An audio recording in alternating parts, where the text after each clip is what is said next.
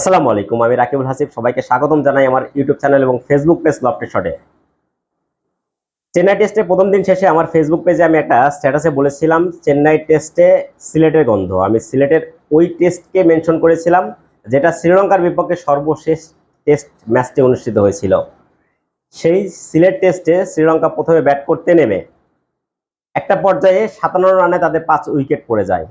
এর পরবর্তীতে Dhananjay D Silva এবং কামিন্দু মেন্ডিস মিলে 202 রানে একটি পার্টনারশিপ করেন। ওই একটি পার্টনারশিপই কিন্তু ওই সিলেট টেস্টে বাংলাদেশকে ওই পুরো টেস্ট ম্যাচ থেকে কিন্তু ছিটকিয়ে দেয়। যদিও সেকেন্ড ইনিংসেও এমনই একটা পার্টনারশিপ হয়েছিল, সেকেন্ড ইনিংসেও শ্রীলঙ্কার 126 রানের মধ্যে 6 উইকেট পড়ার পরে ওই দুই ব্যাটসম্যান কামিন্দু মেন্ডিস এবং ধনঞ্জয় ডি সিলভা তারা কিন্তু দ্বিতীয় ইনিংসেও একটা পার্টনারশিপ করেন 173 রানের। দুজন ব্যাটসম্যানই কিন্তু ওই এক টেস্টের দুটি ইনিংসে কিন্তু সেঞ্চুরি করেছিলেন।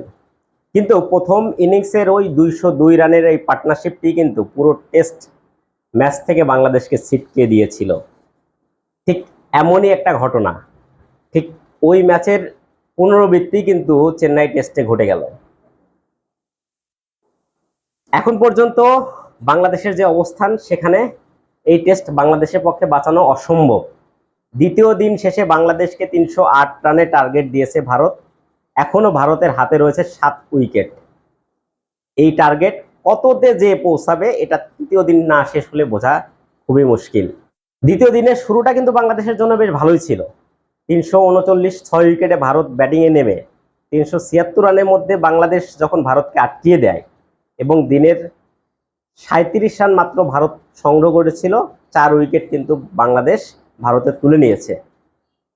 এই 376 রানে ভারতকে আটকিয়ে মোটামুটি একটা ভালো অবস্থানেই বাংলাদেশ ছিল।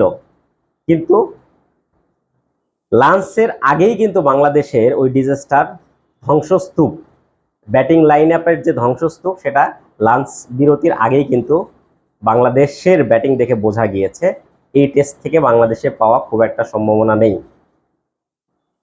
মাত্র 22 রানের মধ্যেই তিনজন ব্যাটসম্যান, টপ অর্ডারে তিনজন ব্যাটসম্যান ফেরত যাওয়ার পর এই টেস্ট বাংলাদেশের পক্ষে বাঁচানোটা শুরুটা দেখেই কিন্তু অসম্ভব মনে হয়েছে। কিন্তু বাংলাদেশের পক্ষে হয়তো বা এই টেস্ট বাঁচানো সম্ভব না, কিন্তু কিছু কিছু জায়গায় মেসেজ দিয়ে যাচ্ছে।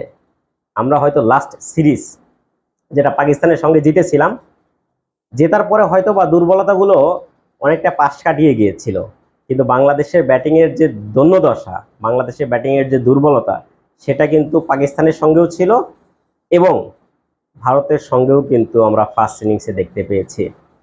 ধরুন সাদমান ইসলাম পাকিস্তানের সঙ্গে একটা 93 রানে একটা ইনিংস খেলেছিলেন, কিন্তু 93 রানের ইনিংস খেলার পরেও তিনি যেভাবে আউট হয়েছেন, ভারতের বিপক্ষেও কিন্তু একই ধরনের আউট হয়েছেন। এবং শুধু সাদমান না, আমাদের টপ অর্ডারের যে বাহাতি ব্যাটসম্যানগুলো রয়েছে তাদের একই দৈন্যদশা। এই বাহাতি ব্যাটসম্যানের বিপক্ষে অপোনেন্ট প্রতিপক্ষ দলের যে কোনো ফাস্ট বোলার রাউন্ড উইকেটে এসে একটু অ্যাঙ্গুলার ডেলিভারি, একটু ইন সুইং ডেলিভারিতে ব্যাটসম্যানকে কিন্তু পরাস্ত